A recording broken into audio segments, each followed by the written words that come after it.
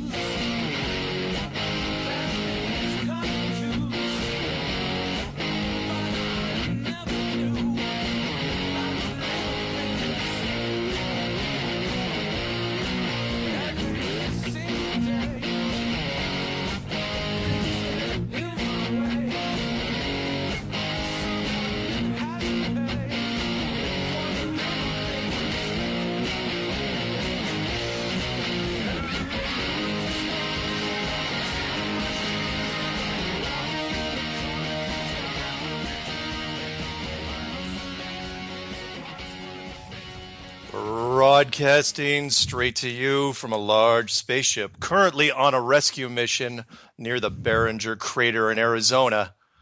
And the guy we're rescuing looks a lot like a young Jeff Bridges. Could be a movie reference. We'll see if our distinguished panel gets that.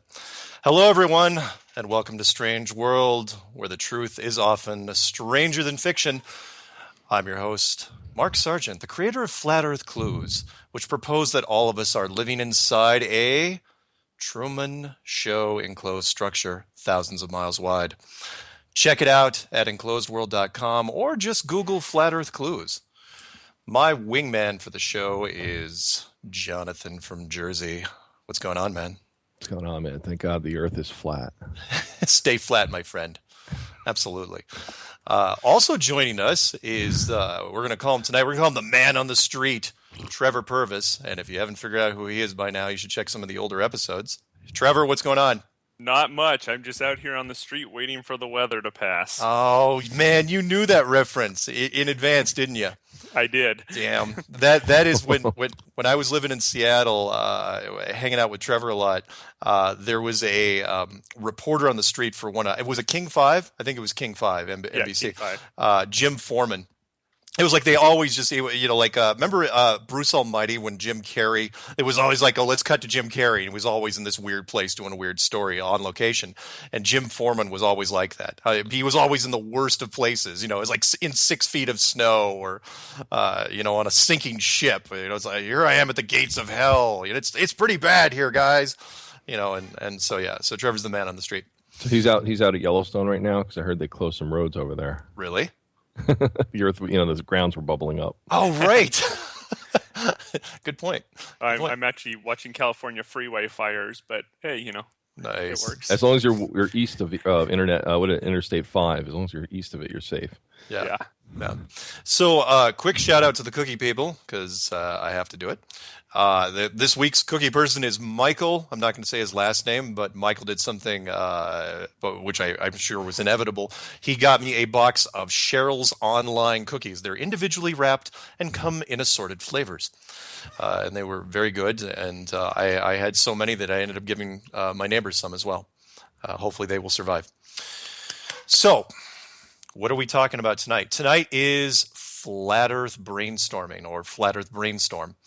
And what we're really doing here is we're gonna break down the test because I've gotten a lot of emails and phone calls from people saying, okay, how can we test this thing? And there's a lot of people that are already online on YouTube making their own tests. A lot of optics. Jared Ism's doing his laser stuff. Some people are getting on planes, and we're gonna break it down from the cheapest tests to the most expensive. The ones that haven't been done yet. So is everybody ready? Ready? Good to go. All right. So the big one, the one that in fact, there was a guy from Germany that bugged me recently, and he said, he goes, look, we've got to sort out the curvature thing. And I know Jeffrey Grupp is going to talk about it next week, but the curvature thing is an interesting point, which is how much curvature. So I posed the question, and I've got it in front of me, and you guys probably have the same notes. Question to be posed to any trigonometry professor. It doesn't have to be college. It could be a high school one. This is pretty basic stuff for anybody in the field. If you have a 100-foot building and you are driving away from it on a perfectly flat piece of land or water, and you have a telescope so that the building won't just get smaller and disappear, how far away would you have to get before the top of that 100-foot building falls below the curvature of the Earth? And really what we're talking about here, that the curvature of the Earth, it's something that, yeah, it means something. And I know I haven't really addressed it because there's some math involved here. And so I'm going to try and make it as easy as possible for everybody involved. And if you guys, have a different take on it as I'm trying to break it down, by all means, step in and say, Mark, you're completely botching this thing up. So is this why they're dumbing down everybody, Common Core, so they don't figure out how to calculate for the flat Earth? Yeah, it's part of the reason, in my opinion, absolutely. Because when I say, and I've said this on air before, when I say it's 8 inches per mile, right, that's easy to understand. But when I say 8 inches per mile squared, then people glaze over. Because, okay, then there's some math involved. And what that means is, if you're looking at the same chart I am, yeah, so here's the problem with the curvature of the Earth, and you got to remember that you got to treat it like you're standing on top of a giant basketball, and or in this case, you're staying on top of a globe that you can kind of get your head around at the North Pole, and you're going to roll a ball downhill. How far does that ball have to go before it disappears from sight? And and really what it does is it goes in chunks. So yeah, the first mile you're only going to see, if you believe the ball, if you believe the globe model, judging by this chart here, and forgive me because I'm not going to convert it to kilometers for anyone that's listening, in Canada or Europe or really anywhere else in the world, because America's the only one that doesn't use it. I was just going to say, we got to do something better with our man on the street. First off, I don't know if everybody knows how many inches are even in a meter or a yard. Do like a Mark Dice. No. Okay. No. Mile. Okay. How many feet in a mile? There are 5,000. Oh crap. 5,280. Thank you, Trevor. Man on the street. That's about as far as I get on metric or on conversion. But keep your browser open, Trevor. Yeah. Keep looking. That one I know. So you guys would trick me on something else. I'm sure. Okay. I'm so man on the street. Nice. Man Thanks. on the Nice. street. Yeah. Man. I'm waking up now, so it's okay. It's gonna get crazy. Trevor's your everyday man on the street, and so we're going to be asking him questions. No, we're not going to do that. We're not going to quiz Trev. So 5,280 feet per mile, right? So if you believe the globe model, and again, if anyone's got different math than this, I'm using Rob Skiba's thing from testingtheglobe.com, and it looks pretty good to me, where he basically cuts the Earth in half. So it is 3,959 miles till the curve drops off completely. So when you get out to 3,959 miles, you're literally going straight vertically down off the edge of the Earth, if you believe in the globe model. But to get there, you have to go in increments. So ignore everything I just said. So the first mile, it's only going to drop 8 inches, which is minute. There's 8 inches per, for the first mile. That's nothing. Nobody's even going to be able to determine that. However, in the second mile, it goes up to 32 inches. And the third mile, 72 inches, and fourth, 128, and fifth, and so on and so on. So basically what happens is by the time you get to 10 miles, you've dropped 66 feet, roughly. And that's pretty good. That's a 6-story building at 10 miles. Now, where that becomes a problem for most people is that the average human, and you can, it varies from, on atmospheric conditions, you have to take into account with this, but the average person can't really see, assuming your vision is actually 20/20, can't see much past 3 miles anyway, because the person, whatever you're looking at, shrinks so far down in size. They get so tiny that you can't really tell what's going on at 3 miles. So everyone kind of on board with me on that? Yeah. Okay. That makes sense. So what I'm basically saying is if you had a 100-foot building, you would have to get out to roughly between 10 and 20 miles for that building to drop below the curvature of the Earth. But I've seen videos out there where people are looking at things that are out past 10 miles, and that's where we've got to put in. We're gonna look at two different things. One, we're gonna address the Chicago skyline question, because that has come up several times. Have you both of you're both aware of the Chicago skyline? Yeah, off the Lake Michigan. Yeah. Yep. So it should be, if you're looking at Chicago from the other side of the lake, it's 50 miles away. In fact, it's more than 50 miles away. We'll round down though to 50. And at 50 miles away, if you're using the globe model, there should be roughly a 1600 to 1700 drop in curvature, which means, that wipes out the whole city. You should not be able to see the city from, if you're down on the beach or anywhere even close to the beach, or even if you're up on a little bit of a hill, that city should be gone.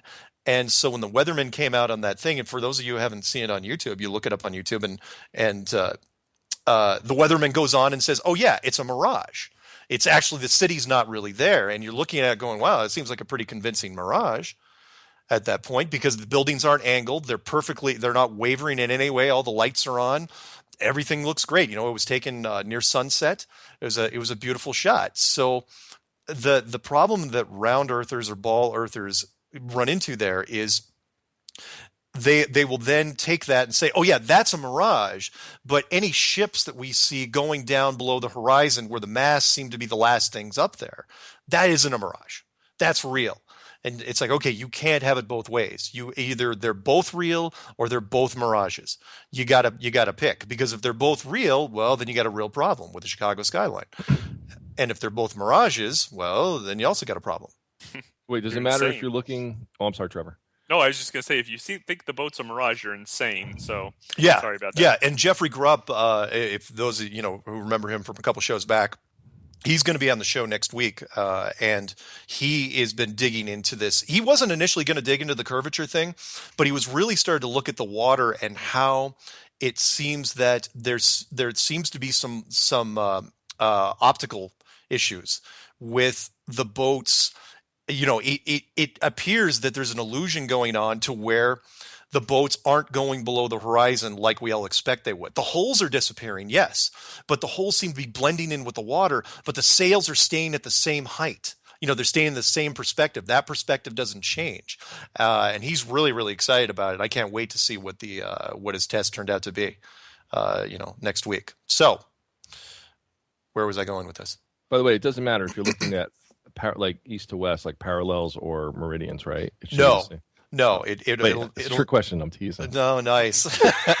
Well, no, I want somebody to go out there and make a whole new video, because no, that's a good one, because there's lots of people that wouldn't know. It's like, look, the curvature model, I'll just come out and say it, is wrong. The math charts, the chart that I'm looking at here, this is supposed to be the gospel. And that is, at 50 miles, there should be a 1,700-foot drop in elevation. And at 100 miles, it's 7,000 feet drop. That's over a freaking mile in elevation.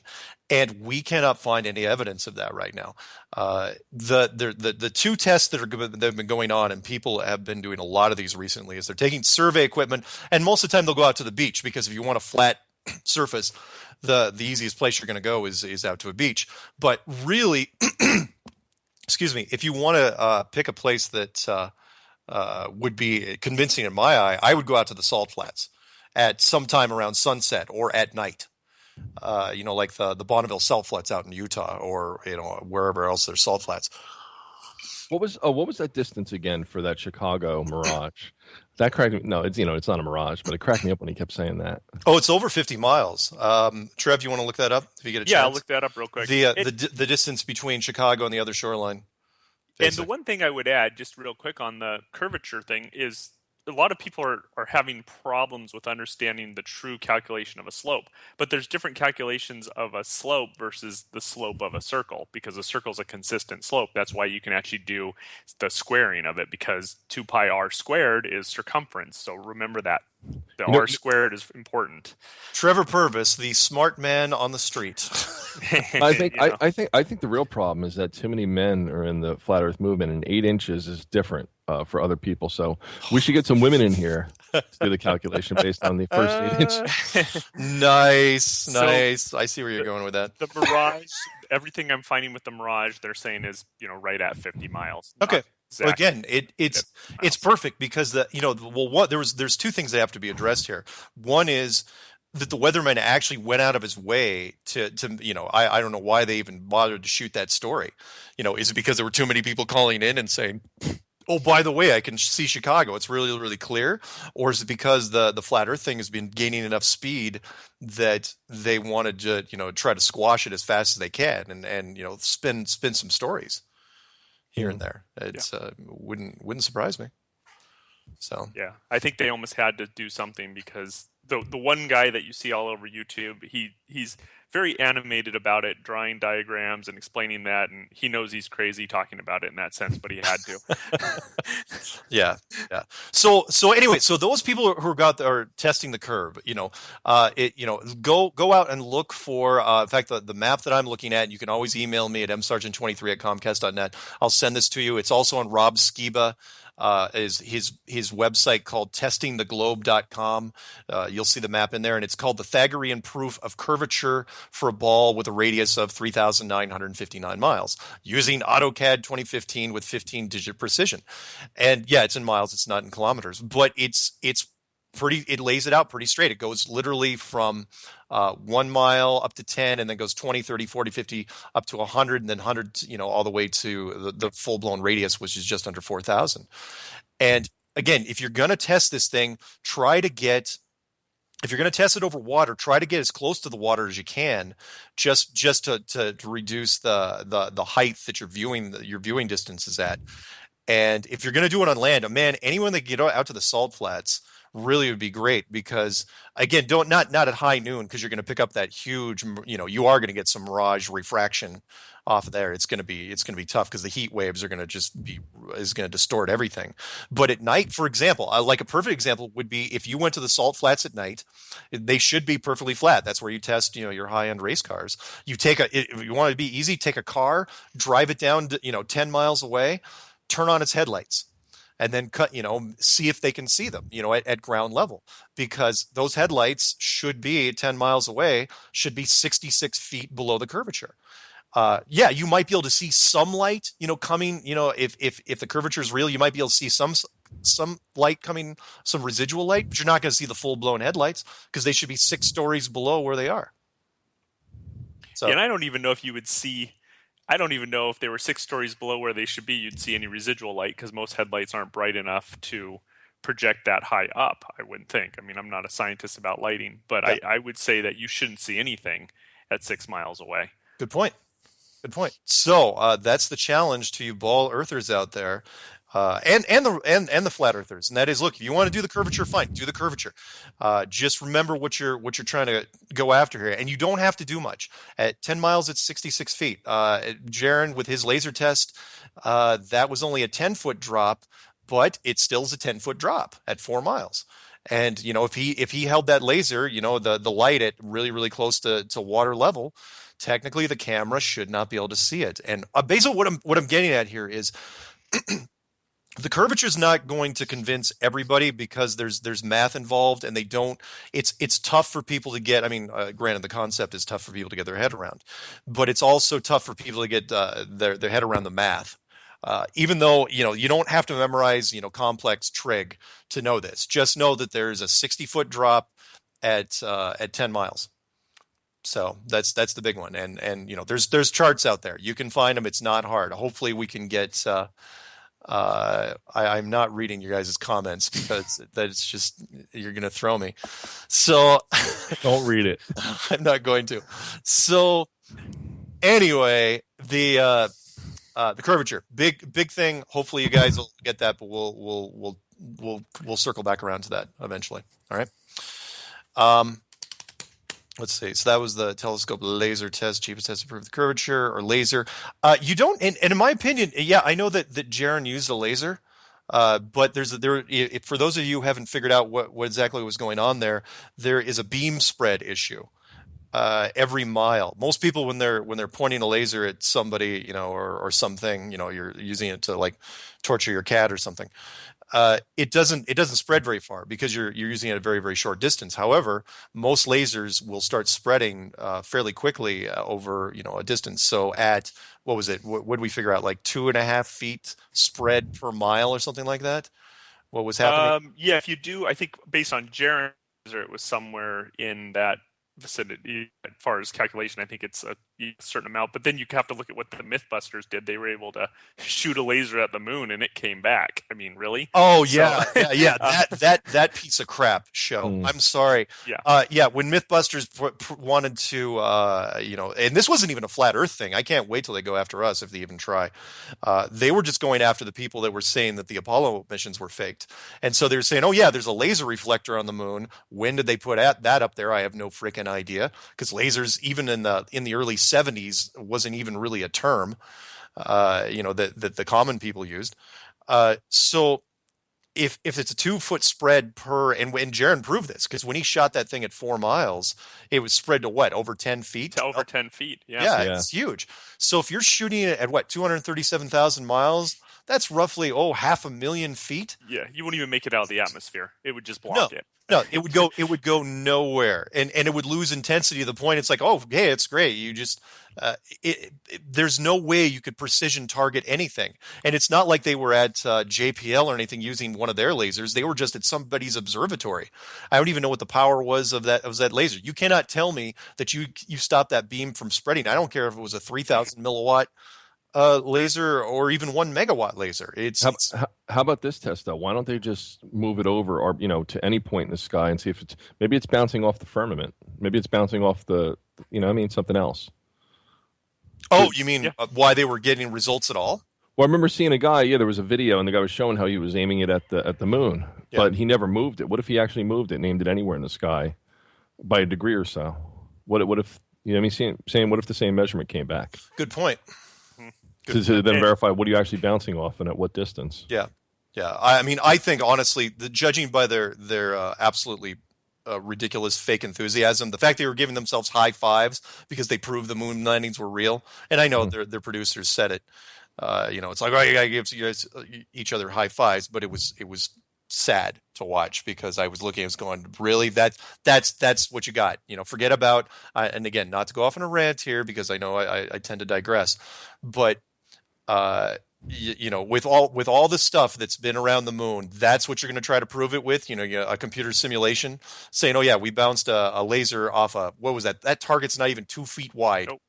At the laser, and forget about the fact that the Japanese flew by it. Nobody saw it. Nobody saw anything down there. Supposedly, the Chinese literally have a rover there as we speak. They put it there in 2013. They're not sending pictures of anything. Nobody's got anything on anything in the moon. We never went. And people, I know this upsets people, but is one of the first things you got to get your head around if you're gonna do the flat Earth thing. And I don't necessarily mean to digress, but it bugs me every time, because people want to hold on to the traditions. They want to hold on to the old way of thinking, and it just drives me freaking insane. It's like, don't hold on to it just because of national pride. It's easy for other countries to it's like, oh yeah, thank God the U.S. screwed up something. But don't hold on to it. So, let's see. Let's look at the. Oh yeah. Number 2. Let's go to this. We'll touch on it a little bit before the break. And what we'll do is we'll probably punch through these and the other test that was emailed in, and if we have time, and I'm sure we will. We'll delve into a little bit more flat Earth friendship, because there's some other videos that have been out there that I missed that I want to point out, some really, really good stuff, like that sun video I sent you. Oh, that was phenomenal. Yeah, that was amazing. Yeah, so the number 2 test, which actually would be fairly cheap because the equipment's already in place, and that's the observatory test. And that is really, I think, a slightly more advanced version of the telescope curvature test, because people have said, this argument has come up many, many times, and they've said, well, if you have a really big telescope and you turn it sideways, if you turn it horizontally, shouldn't you be able to see an amazing distance? And The answer is yes and no. Yes, you will be able to see farther than your average telescope, no question. But the problem is you're looking through the atmosphere, and the atmosphere is really just a lighter version of water. It's nitrogen and oxygen, and depending if you're looking through pollution or weather systems, you're going to be limited not by the telescope's capability, but by the by the atmosphere. It's just going to get blurrier and blurrier, and you're not going to see anything. But the argument was, they said, well, if you had a telescope in San Francisco, you know how this is going to go, and you pointed it towards Hawaii. If it was flat, it was perfectly flat, shouldn't you see Hawaii? And it's like, okay, yes, you would be able to see Hawaii if you were in a vacuum, and probably it'd probably have to be at night. And all of Hawaii's lights would have to be on. And if you got lucky, yeah, maybe. But you're not looking through a vacuum, and you're going over. Plus, you got to deal with any sort of atmospheric disturbances that are coming off the water. Yeah, you're not going to be able to pull that off. Never in a million years. However, I think the test is very, very possible. And I want to talk about this just a little bit before we get a break. I think the test is very, very possible from a limited standpoint. So if you wanted to look from the peak of, whatever's next to New York, out where you are on the East Coast, and look downrange, at another city that you would never ever be able to see, maybe you could be able to see it, if it was flat. Now you would have the tough part there is the reason why it's tougher is you're going to have to get the permission from the observatory itself. And that's going to be a tall order because most of the observatories are controlled by either educational facilities or government facilities, or both. So anyway, well, we're going to go to break here, and then when we come back, we're going to look at a few more tests. We're going to look at the one that was mailed in by a guy, and I like this one. It's a pretty good one. And then after that, we'll see what we can do. So how are you guys doing? Good? Good. All right. I'm here. And we'll be back. More flat earth stuff.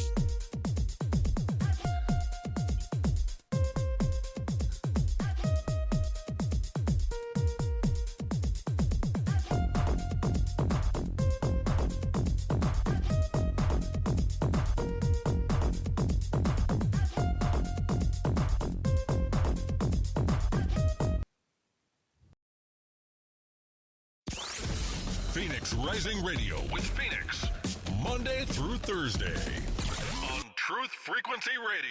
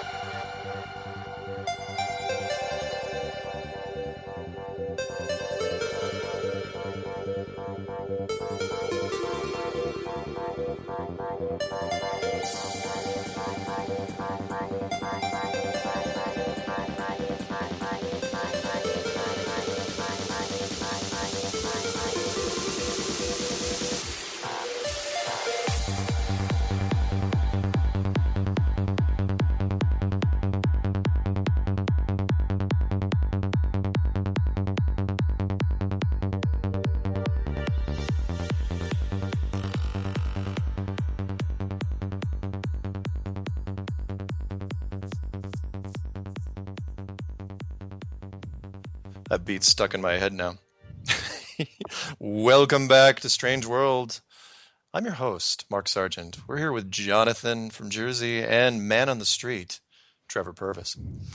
And we're talking, we're opening the show with Flat Earth Brainstorm, which is really going over the tests, because a lot of people, again, have asked me, what tests can we do? How can we prove this thing out? And so we're just going from the least expensive to the most expensive, what you guys can do, what to look for. And so when you're looking online at people that are making videos, if something catches your eye, there's people out there, this thing's going to bust out eventually. So I'm just hoping that one of these tests will help. And I pass this around to as many people as possible. And again, if you want a written copy of what we're kind of talking about here, I'm more than happy to send it to you. Just email me at msargent23@comcast.net. So where we left off was the observatory test, and I'm actually curious to see if observatory telescopes of any size, whether it's a full-blown government facility or even just a small university observatory, I wonder if those telescopes can actually even go horizontal. If they're by design, they're elevated to to a certain angle to where, because why would you have, why would you even allow them to go horizontal? Oh, wait, speaking of observatories, I sent you that link about 3 weeks ago of that new camera, the new 900p. Was it no P900 Nikon? Yeah, why? And the guy was zooming in on the moon and whatnot. Oh yeah, he was doing an amazing job.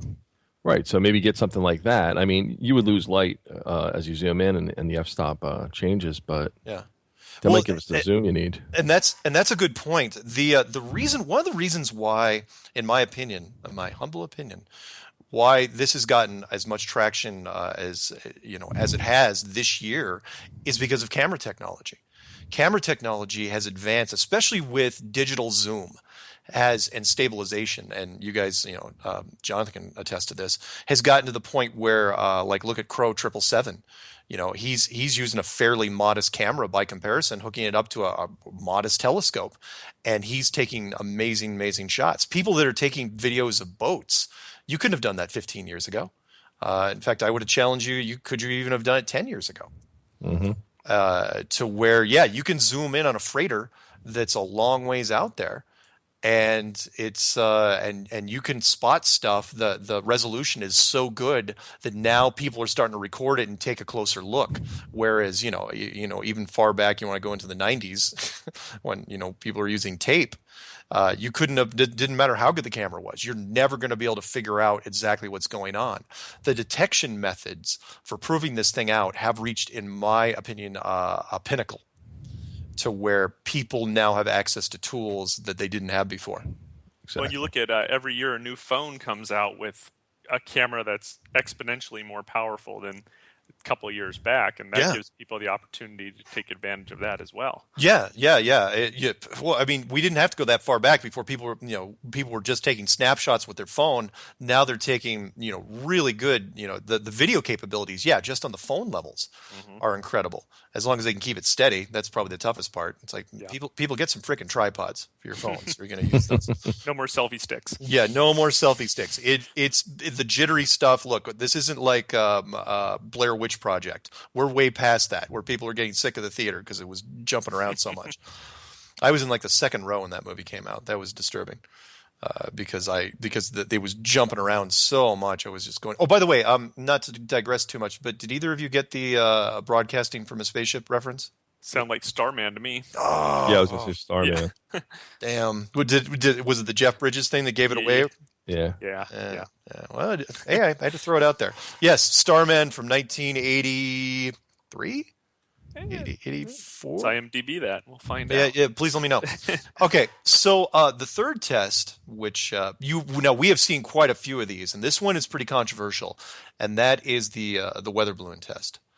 And the reason why it's controversial is they are, and I'm just kind of reading, and we'll do the guy that wrote in after this one, because there's a big jump between the weather balloon test and then the Antarctic coastline test, which absolutely would prove it. A lot of weather balloons have been going up. 1984 with Starman. 1984, excellent. Yeah. Jeff Bridges, I think, was nominated for an Oscar for that movie. It was a cool little flick. I recommend it. One of those neat little. And who directed it, by the way? John Carpenter of horror fame. I mean, I think it's probably his best work. And he puts a lot of truth in his movies. It makes you wonder. Yeah, there you go.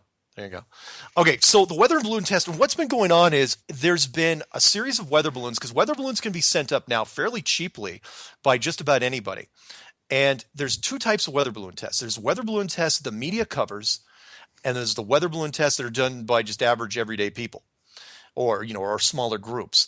And so you have to compare, like the one I love to compare, and again, I will send you the snapshots, but they're out there. You can compare them in full-blown video if you want to, which is the Red Bull test which was done in the States, I think over Arizona, versus the dog cam test, which was done, I think, out of the UK.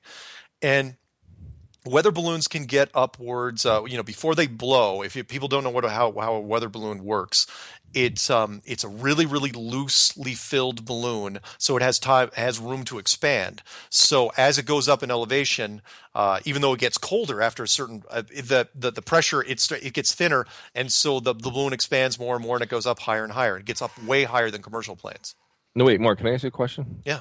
Because I was going to say, why do they explode? Is that like planned obsolescence, or is that an agreed upon strength, agreed upon by all the nations of the world? Like these things will explode at 120 at a certain. Or do they just buy them at Oriental Trading Company? Like they don't seem. Because now we have graphene and everything else. We should be able to make these things almost indestructible.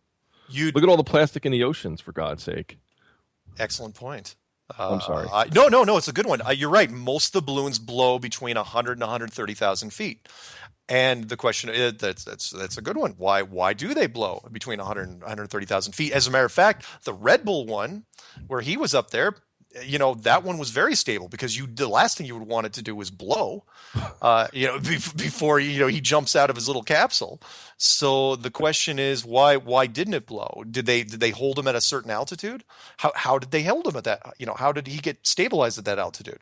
We don't know. But it's a good point. The Red Bull video, though, which was covered by all your major media things, I know that Red Bull paid for the advertising, and so they told everybody, it's like, oh, we're doing this, and so it was an interesting little story, but it was also covered because it reinforced the globe, because they were using several different cameras, but the ones they focused, I think they had like 4 or 5 cameras on that thing, the interior, different ones on the exterior. I don't know if they actually had one on his helmet or not. They probably did, but what they did was, they focused on the one that had a severe curvature to it, which was, it's otherwise known as a fisheye lens. Some people call it, is it also called like a wide angle lens, a special wide angle lens, or is it always called fisheye?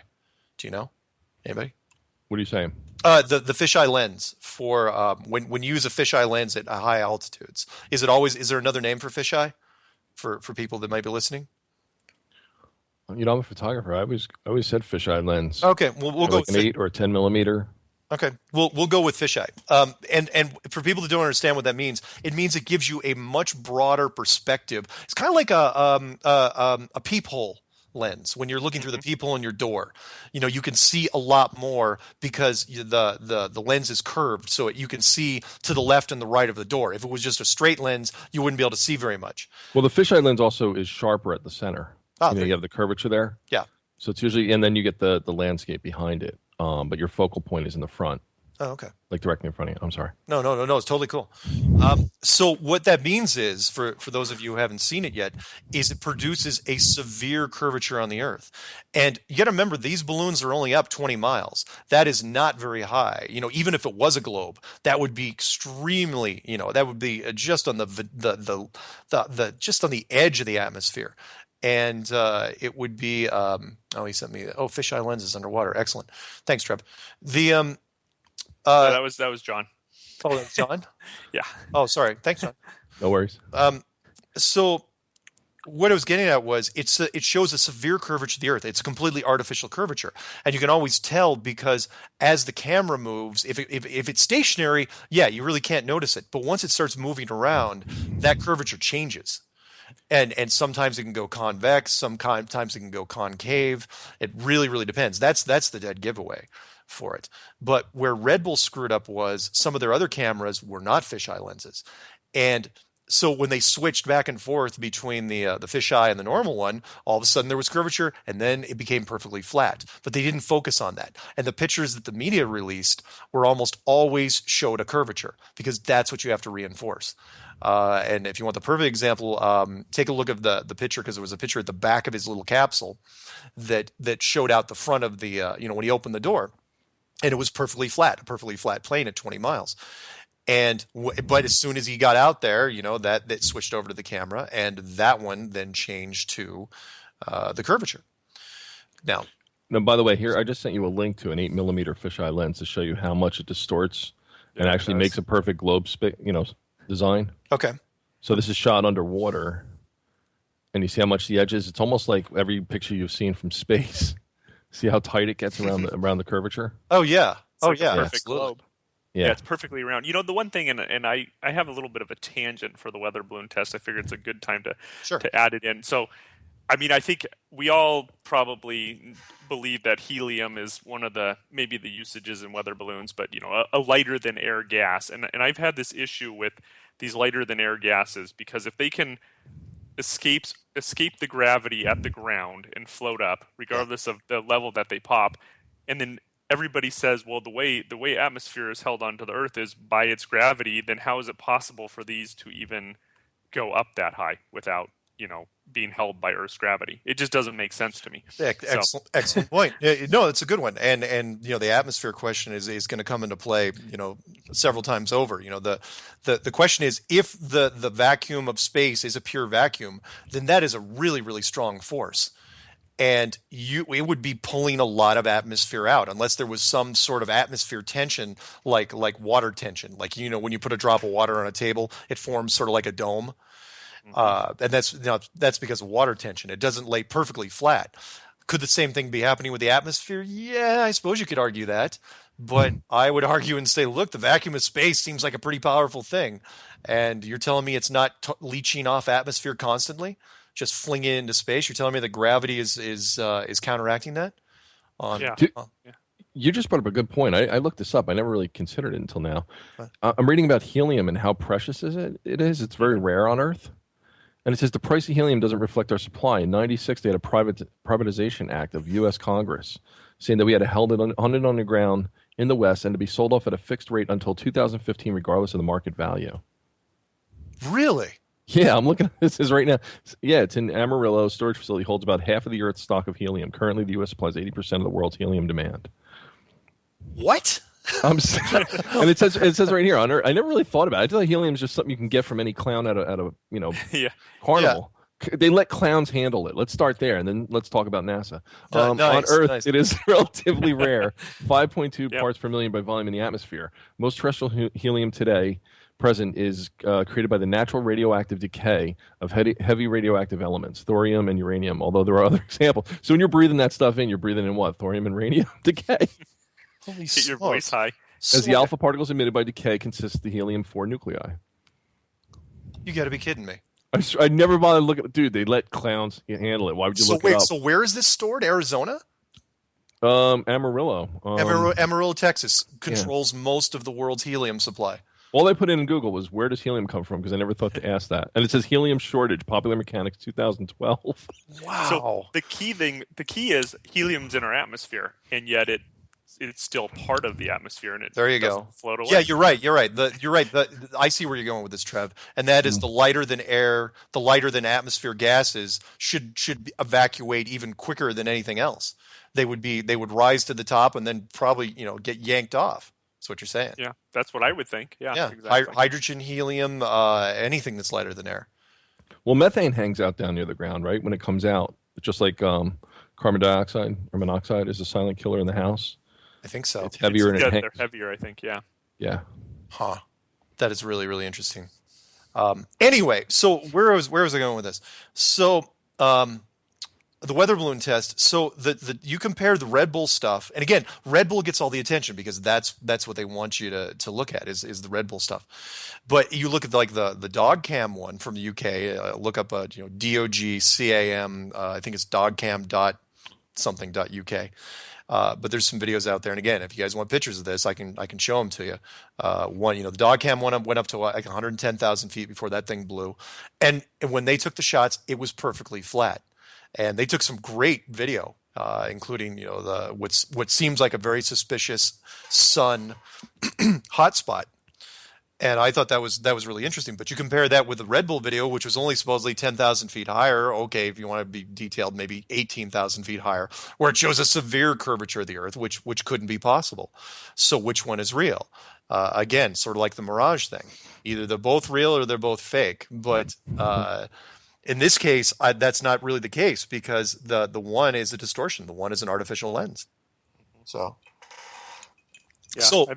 I'm sorry, go ahead. I was going to say, I think the fisheye has actually caused a lot more issues for people trying to observe things at height because they want to see more. So therefore they use a fisheye, and they don't think about the distortion. They just play it off as, well, there's curve. That's why I see that. Well, yeah, exactly. And why would you use anything else but a fisheye? Because if you want to get the best field of view, that's what you're going to use. The only people that would be concerned with it at all are people that actually want to see the real curve of the Earth. And if you're going out of your way to hide that, then that's what you do. You make sure you send nothing up but fisheye lenses, and then GoPro has done as much damage as it's helped, because there's so many. I mean, doesn't the default GoPro thing come with a fisheye? It goes pretty wide, yeah, so you can enjoy the action. Yeah. So yeah, if you're jumping off a cliff or skiing off a mountain or whatever. So anyway, for those people who want to do a weather balloon test, I mean, yeah, it would cost you a little bit of money, but there are services out there that can do it. But if you're going to do it, you got to be specific. And again, there's two things. One, do not mention flat Earth when you're talking about these people. They probably won't even talk to you. But go with the original, say, look, can we get a lens on that camera that shows us the most accurate curvature? We don't care if the field of view gets distorted. We want to see the most accurate curvature there is. And eventually, right up until now, in fact, I don't think there's been a flat Earth group or individual that has touched on this yet.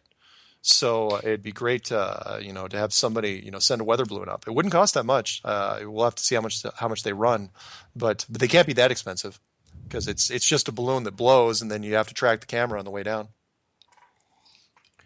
So, anywho. Let's move on to the question that was or the test that was emailed to me, and this is a different version of. I think I don't know if I sent to both you guys. There was a guy that flew from, I think it was Canada to London, and what he was looking for was the dip in the curvature. We're kind of coming back to the curvature a little bit, and that is, if you're on a globe and you're driving on it, well, the curve of the globe will automatically, the car will hug the curve, right? So you're obviously going to be driving, you're going to follow the contour of the Earth. That's default for a car, because, it's not in the air. But if you're in a plane, something very different happens. And that is, a plane, if it's flying straight, if it's flying dead level, will have to automatically, every once in a while, either nose up ever so slightly or nose down ever so slightly, depending on the perspective you want to look at this. So, and I hope you guys will understand where I'm going with this. So if you're flying, this is kind of what escape velocity is all about. So if you're flying a plane perfectly level over the Earth, eventually your altitude is just going to keep rising, because the Earth is going to be dropping beneath you, right? And it's going to be dropping beneath you fairly quickly. As a matter of fact, what would that thing say? Thousands of feet every so many miles.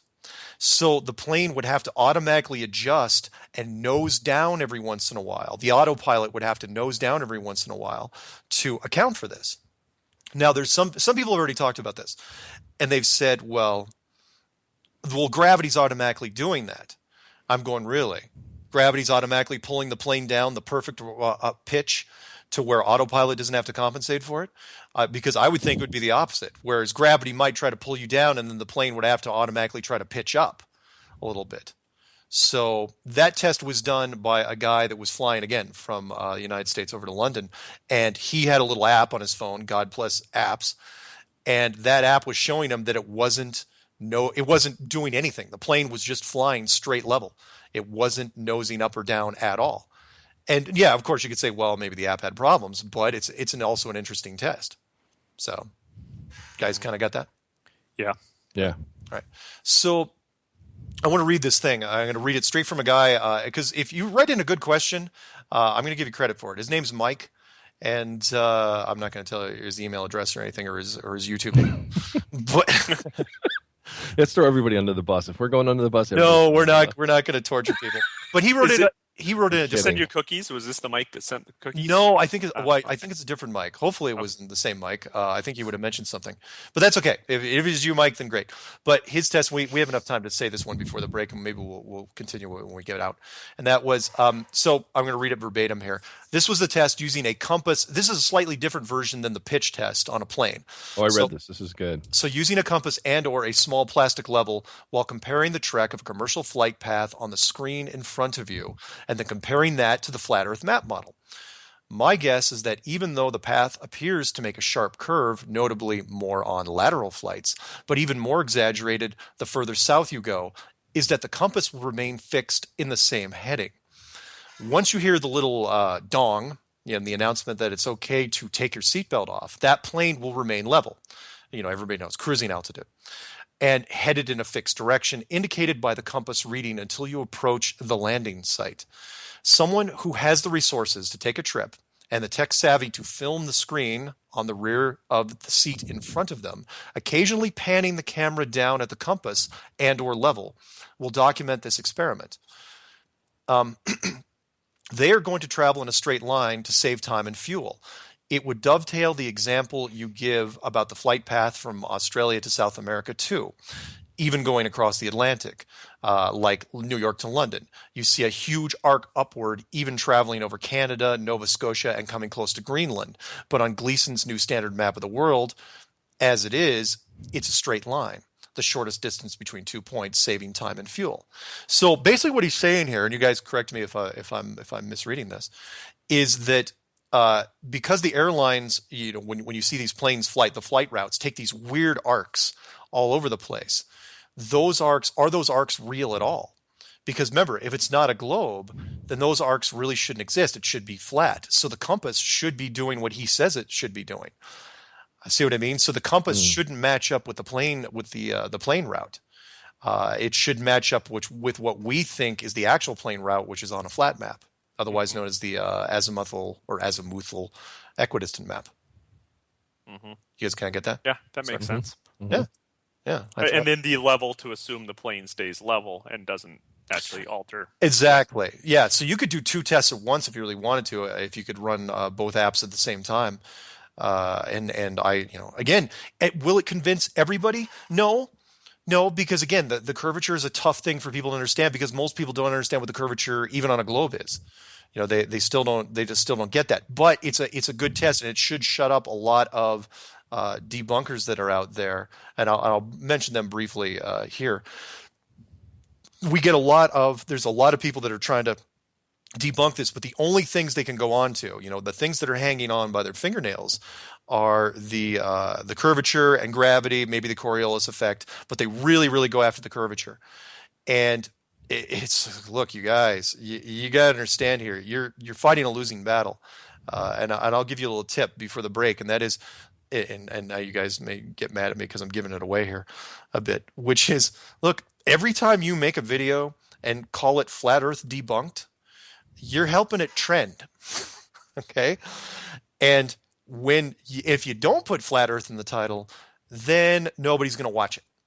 So you're stuck either way. So if you want to make 10 videos saying that the Earth is debunked because of the curve, the Earth is debunked, the flat Earth is debunked because of gravity and all this other stuff, that's absolutely fantastic. Because all that's going to do is feed into the search engines, and you're wondering why it's tracking more. You're helping it track more. The only way this is not going to keep expanding at the rate it's expanding is if you just ignore it. But you can't do that because it's going to drive you nuts. Every debunker at this point is going insane at their house trying to figure out how to solve this thing. And there's to date, look, we're what, month 5, working on month 6. It's if you haven't found a magic bullet by now, you're not going to. It's not out there. The internet hive mind is a very, very smart place, even for debunkers. And if you haven't crushed this thing by now, good luck. At this point, you might as well start writing big mass emails to like Bill Nye and Neil deGrasse Tyson and ask them to help you out. Ask Vsauce to help you out. Ask those other people that do science experiments. To try to help you out, because they're going to keep doing the same thing. It's like, oh, well, it's the curvature and it's the math. No, it's not. This thing's real. And the quicker you get on board with this, the quicker we can get to business and changing this world. So on that note, we will come back from the break and we will go over the last 2 or 3 tests. And then we will get into what's been new in the, if we have time, maybe we'll get into it new in the Flat Earth vid world. So we'll be back, guys. Awesome. Excellent.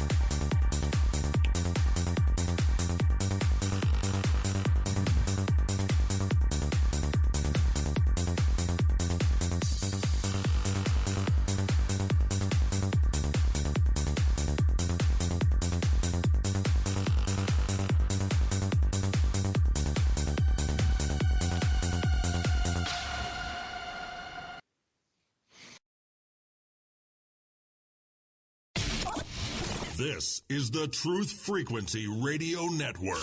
We are TFR. Truth Frequency Radio.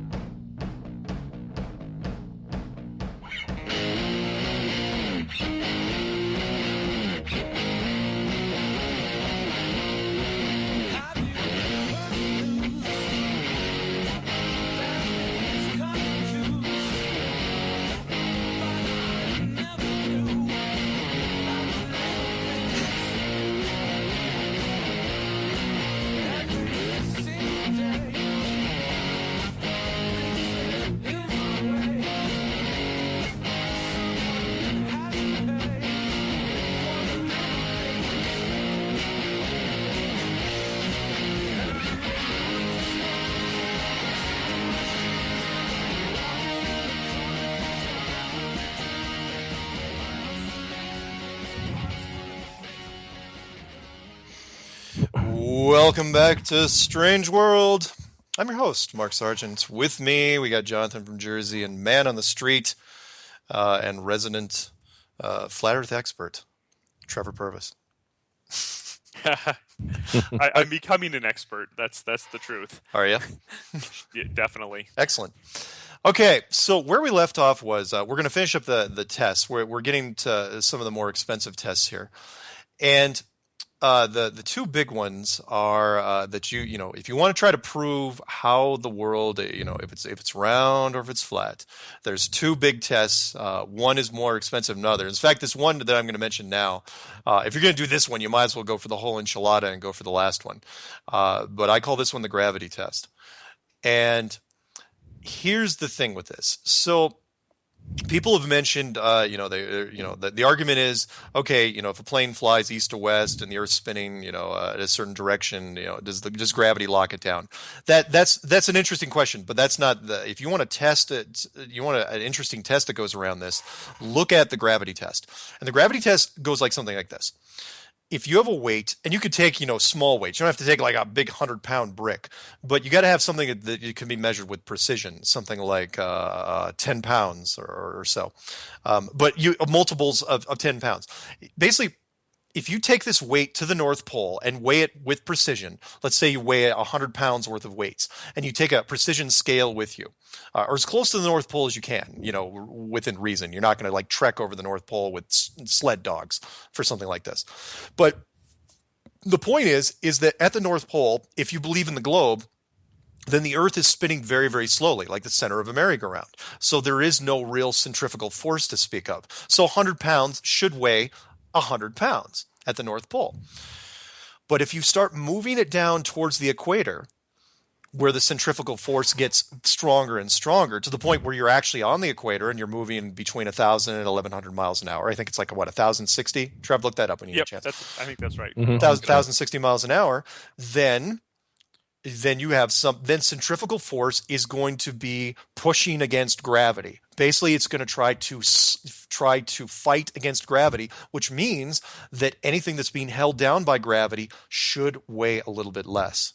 So if you take a 100-pound weight at the North Pole and you weigh it exactly 100 pounds and you take it down to the equator, boy, centrifugal force should make it weigh a little less. I'm not saying 10 pounds. I'm not even saying a pound, maybe a couple ounces, but it should be measurable and it should be consistent every time. And I actually see 1,040, so that's fine. That's fine. 1,000 is the say 1,000. 1,000 miles an hour. It's still a pretty big speed. Now, on a 25,000 mile around merry-go-round, that's not that much speed. But again, it's still centrifugal force. And yes, it would cost you some money to do this, no question. But I don't even think, honestly, you even have to spend money to do this test, because this test should already be apparent with something else that's already happening on the world. And I tried to explain this to somebody I was interviewing with today, which was, look, water always takes the path of least resistance. And yes, people argue, it's like, well, water can't stay on a ball. It's like, okay, if space was real, yes, water could stay on a ball because of gravity. But it only works like that if it's not spinning. water can stay uniformly on a sphere, I have no doubt, if you've got a ball in space. But if the ball, but that ball cannot be moving at all. Once it starts spinning, then the merry-go-round effect starts to kick in. And then you run into something like a three-dimensional merry-go-round, where the water will start pooling at the center. So if it was just a merry-go-round, if it was just a two-dimensional merry-go-round, and you put if you pour water in the center, around the center, and you start spinning that merry-go-round, that water's coming off, right? If you do the same thing on a globe, the same thing's going to happen, but since you're in space, apparently that water can't go anywhere, so it's just going to start pooling up at the equator. It'll be a big bulge, so the water won't be uniform. So not only will you get this big band, this spare tire of water around the equator, but you're also going to run into some really thin spots, let's call them bald spots, on the North Pole and the South Pole, where there's no water at all. There's no oceans. Would you guys agree? Yeah, that makes sense. I mean, it's centrifugal force. Water, if it was ball bearings or something more that was tougher to move than water, like pudding, yeah. Or I'm keeping quiet on this one. Why? I'm picturing people are listening out there that went to college and everything. And they're face palming left and right, and they're yelling at the. Are you guys kidding me? No, I'm not kidding. I am not kidding about this, and I firmly believe this. And that is, look, centrifugal force is centrifugal force. If you've got a sphere that's moving at a certain distance, you can't tell me that the water is going to remain perfectly uniform all the way around. It's basically what you're saying at that point is ignoring the spin. So at that point, why would you need the spin at all? You don't. You're just ignoring the whole principle and saying that, oh yeah, well, it's centrifugal force. Who cares? It's not actually doing anything. The oceans are still going to stay exactly where they were supposed to in the first place, and it's got no bearing on anything, even though it's a massive force if the globe is real, and we do not see that. The Arctic has fully covered with oceans. The Antarctic fully covered with oceans. Everybody's happy.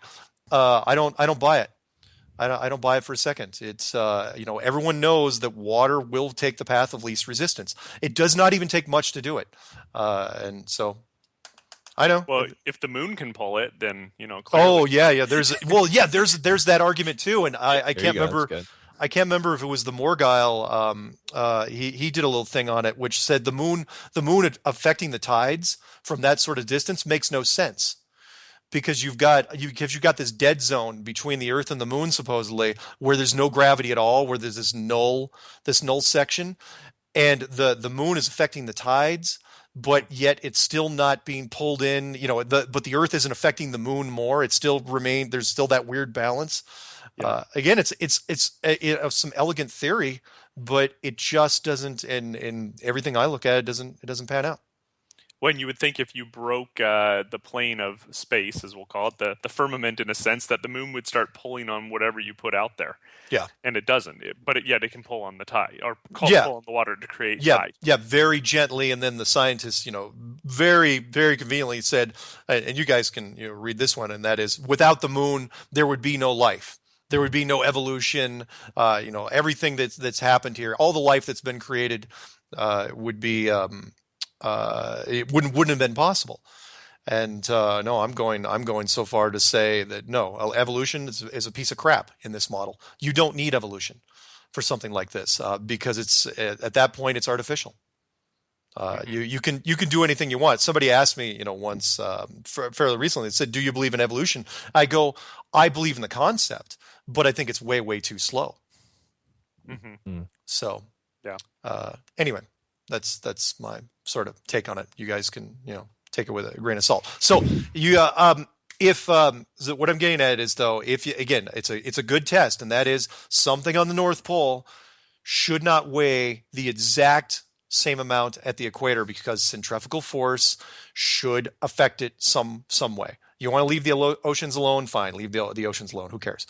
But a weight should do that. Yes, it will cost you some money to fly back and forth. I eventually will hope to do this as one of my tests if I get the means to do it. I will do this test, because. And then the Mythbusters will just write it off as pressure differences between the North Pole. I'm just saying. Oh, that the atmosphere is actually pushing down harder on the equator? Exactly.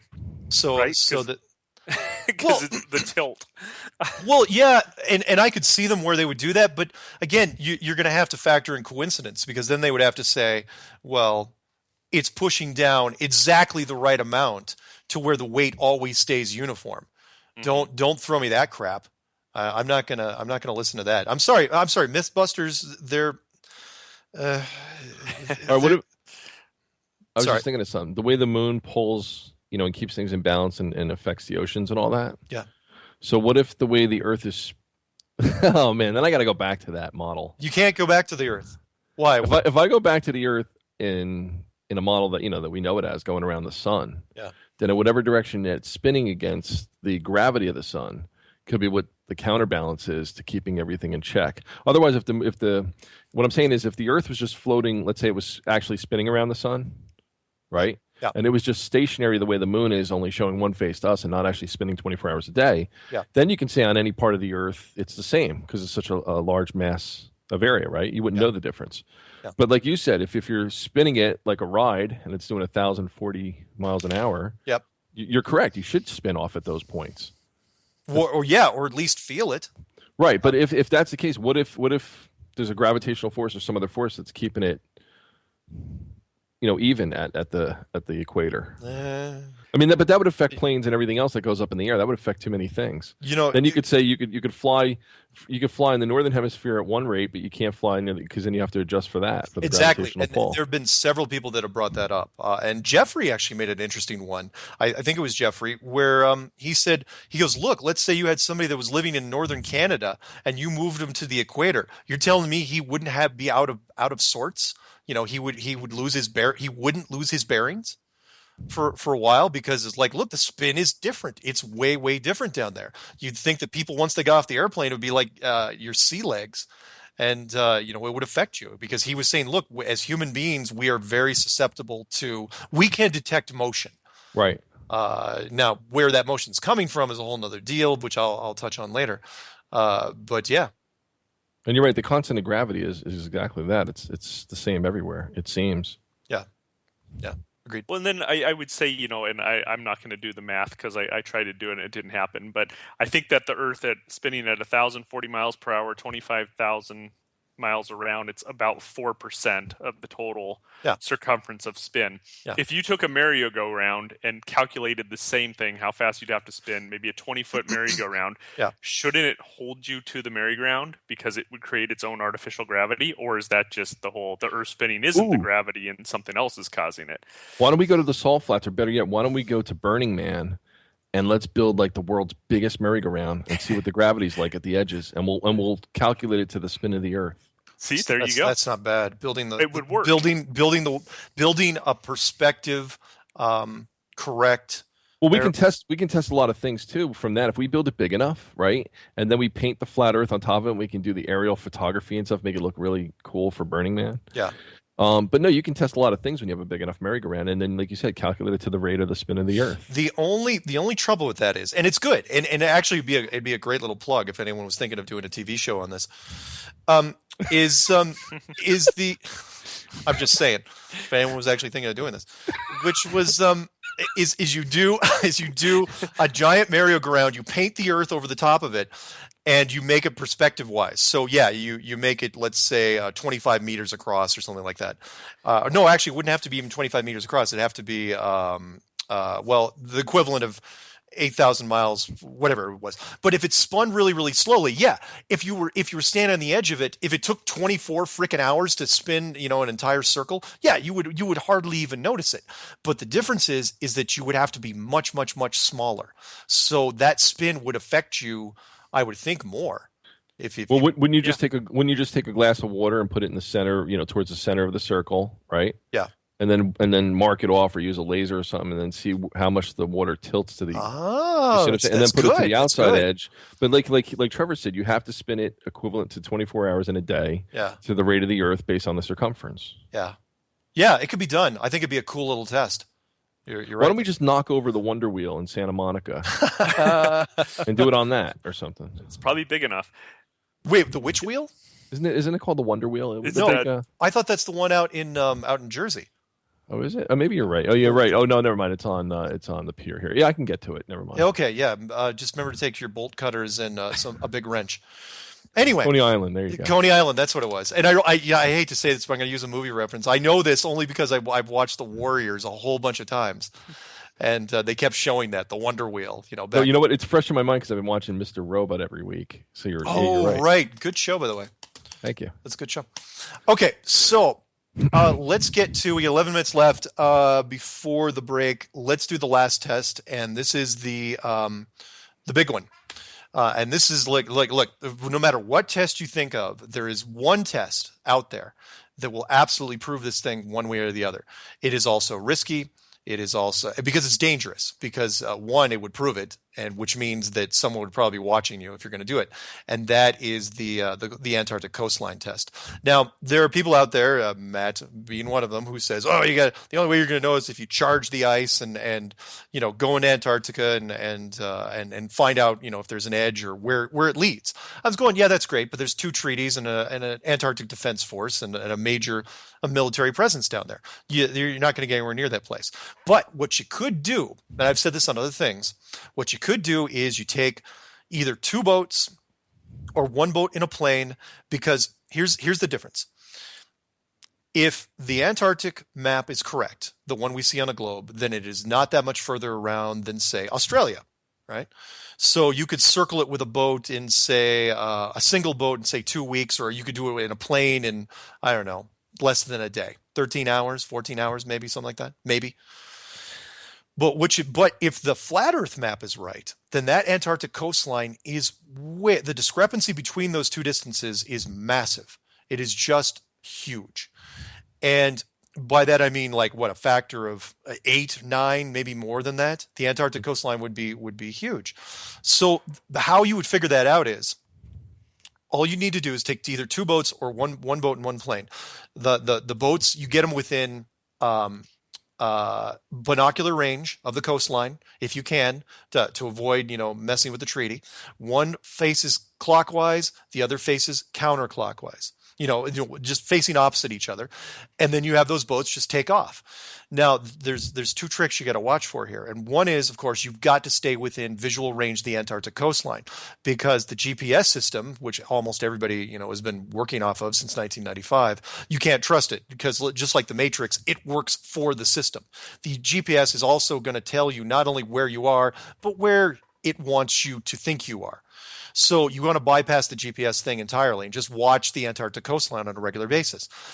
If those 2 boats, if the globe model is right, then those 2 boats should be able to circle Antarctica and run into each other, given, say, 15 to 20 knots for each boat. They should run into each other in what? A week? Well, I'm looking at the calculation here. It's 17,968 kilometers around. Okay, I got to convert that, but convert that to miles. And then if you have 2 boats, well, you just take 1 boat if you wanted to, and then we'll just cut it in half. So say 1 boat is we'll give it the benefit of the doubt. Say it's doing 20 knots.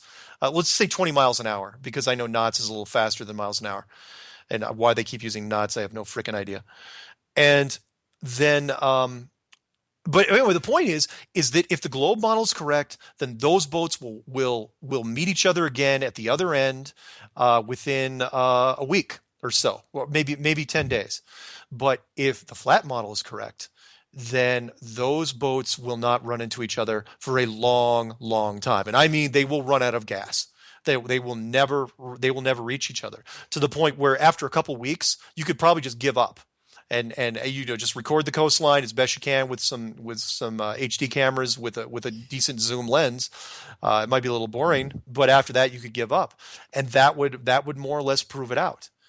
Are there drawbacks to this? Are there risks? Oh yeah, you bet there are.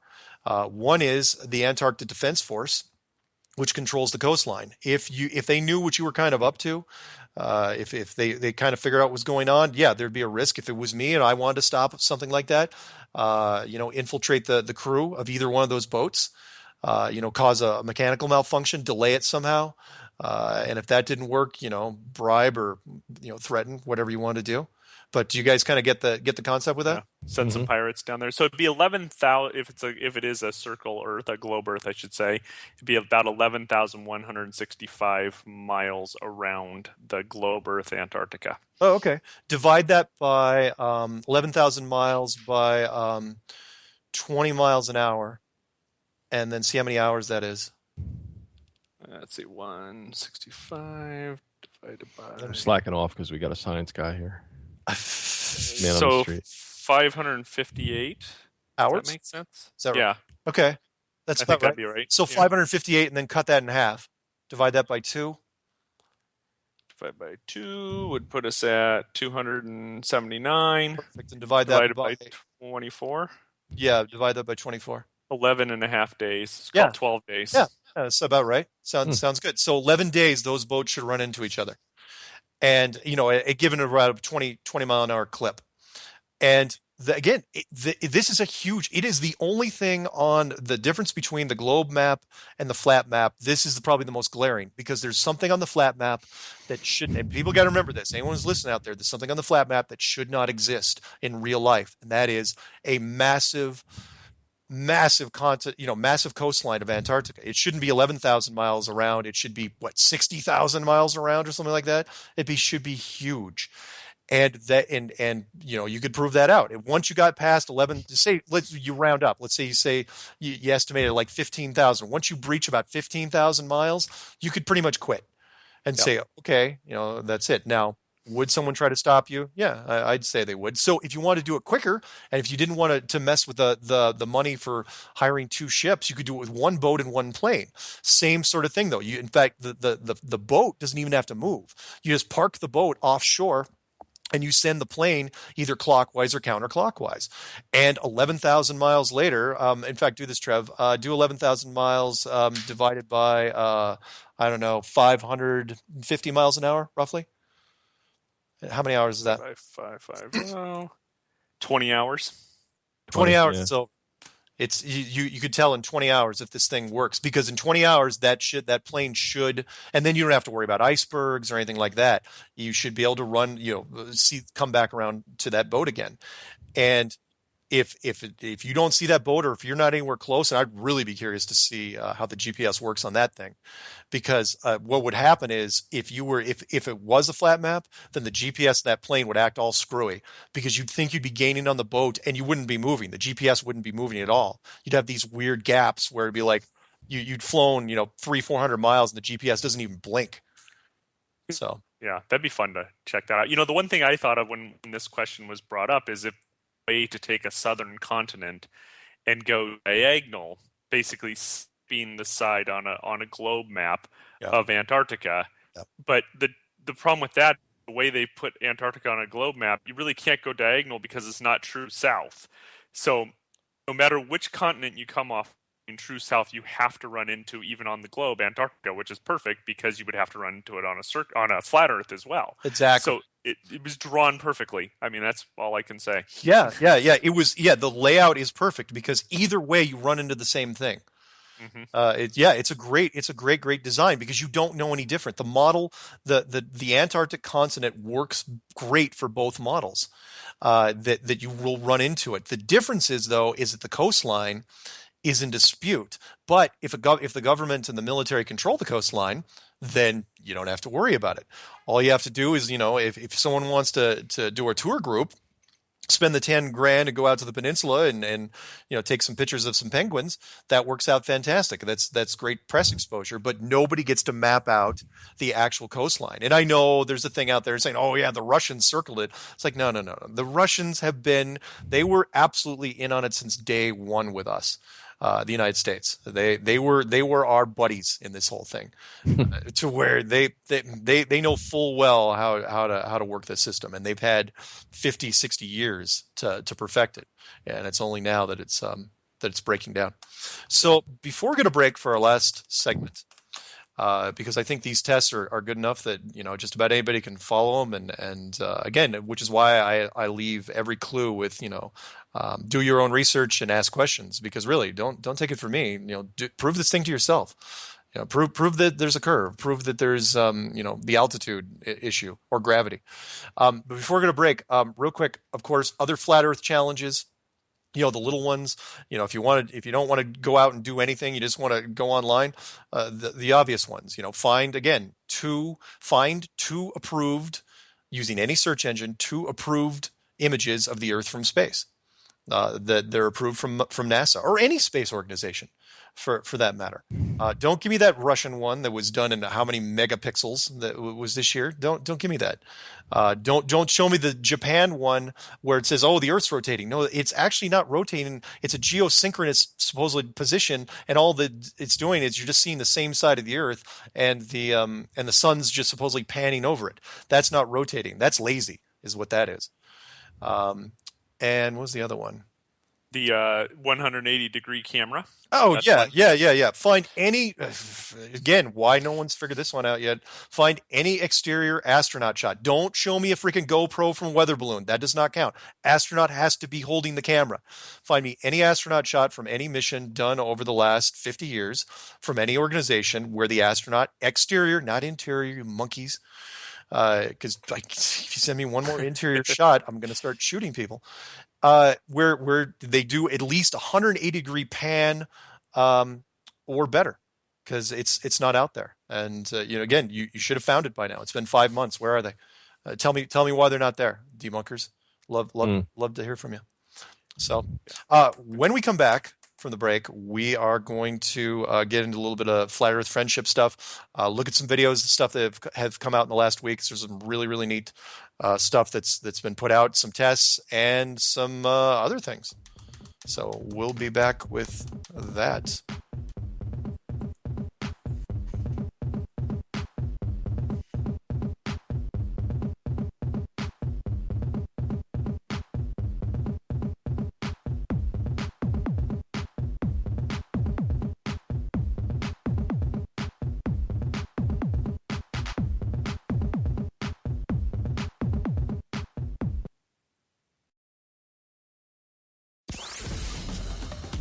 Agent for Truth with Joe Bannister.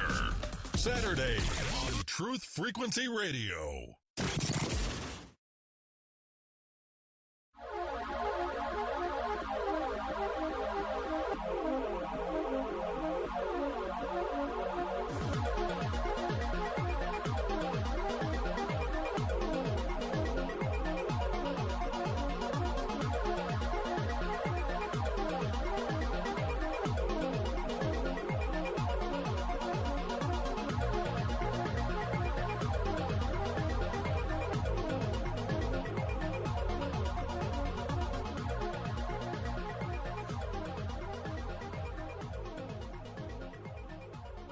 Welcome back to Strange World, where the truth is often stranger than fiction.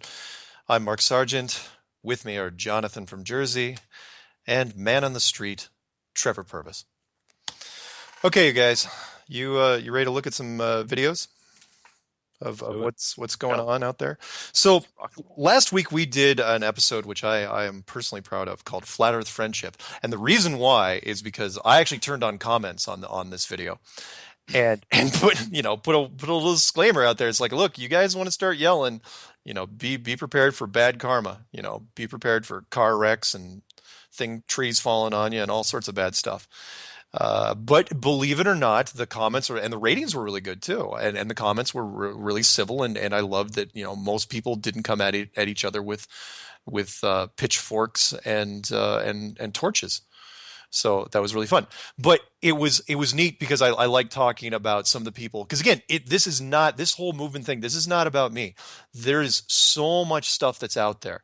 Thousands of videos at this point. And again, you think I'm kidding. All you have to do is type in flat Earth, set the filter to this year or this month. I've got it set to this week. And there's just so much stuff that's out there. And I wanted to mention a few more people, and Jonathan's probably cringing. He's going, "Oh God, you're gonna tell people." No, I'm just cringing because you never send me any cookies. I don't want to put my address out on air, but you should send me some of those cookies. You know what? Here's what I will do. If somebody actually wants to send Jonathan cookies, you can send them care of me and put on there that these are for Jonathan, and I will actually pay the postage and send them to Jonathan myself. Oh, You that's should taste wow. one, That was though. nice, yeah. There you go. I think you should have Mark test one before, because if he dies, then you'll be okay. Well, That's just me. look, I'm not saying that when I get that DoD cookie package, that's anonymous, where they have a nice sticker on it that says "Have a nice day," and yeah, I will probably forward those cookies to you as well. But no. Well, no, because I'm quiet this show, and it's great having Trevor on. I love this because now I'm hearing different aspects of this. Except when you and I always kid around too much with you because we have such a casual relationship. That's true. We're always goofing around, but this is really fun. Okay. But I do have duties as a wingman, so it's not like I don't do anything. I do some cookies. Jonathan is not slacking, but I make suggestions to Mark from time to time. Yeah, he does actually. Well, that's because not only are you wingman, but you are my What? Oh, come on. Accomplice, partner in crime. Oh, come on. We're playing it up. NSA. Oh, I don't know about that. Handler. That's right. Oh, yeah. I was going to say something else, but I told you I wouldn't go there, so I'm not going to go there. Oh, because Jonathan and I are gay. Yeah. Oh, There's yeah. that. So, and again, I'm not judging And that's okay, too. all There's nothing wrong God's with that. children. Yeah, I am not. No, I've got some wonderful gay friends. But no, what I was going to say was, Jonathan, yeah, that shows you how bad a handler he is. If he keeps forgetting his cue, that's like he's supposed to be my handler from an organization. So does that? And if you're my handler, does that mean I'm innocent? That's what I'd like to know. Or am I in on it? Am I just some sort of what Project Monarch or MK Ultra where I've just been brainwashed and don't know it? Let me just say this for everybody listening. Who's the most dangerous person in the king's court? The jester. Why is that? Oh, I don't know why. He's always next to the king and he can whisper things to him. Oh, that's true. Whisper things to him. He can get close. He can listen to secrets. He can spread gossip. He's disregarded by the help, so he can even, he can go between all the classes. He can manipulate a lot of the scene and be aloof and never be considered the agent provocateur. That's good. I like that. Interesting. All right. So with that in mind, there's a couple things on my playlist. I've got very few playlists. One is just my liked videos, and then one is a playlist that's less than 20 videos on there, and I try to update it on a regular basis. And it's called Flat Earth Related. And I try to put people on there that really just I looked at their videos and I was going, oh, he's totally on my short list. I want people to see this. And there was a guy I missed last week, and I got to mention him because he's really been doing some great stuff. And his name is Paul Cheeft, Cheeft. I don't know if he's out of the United States or he's somewhere else, but he's been doing a lot of. Remember, I said that Rory Cooper, otherwise known as My Perspective, out of South Africa, he's been doing a lot of stuff.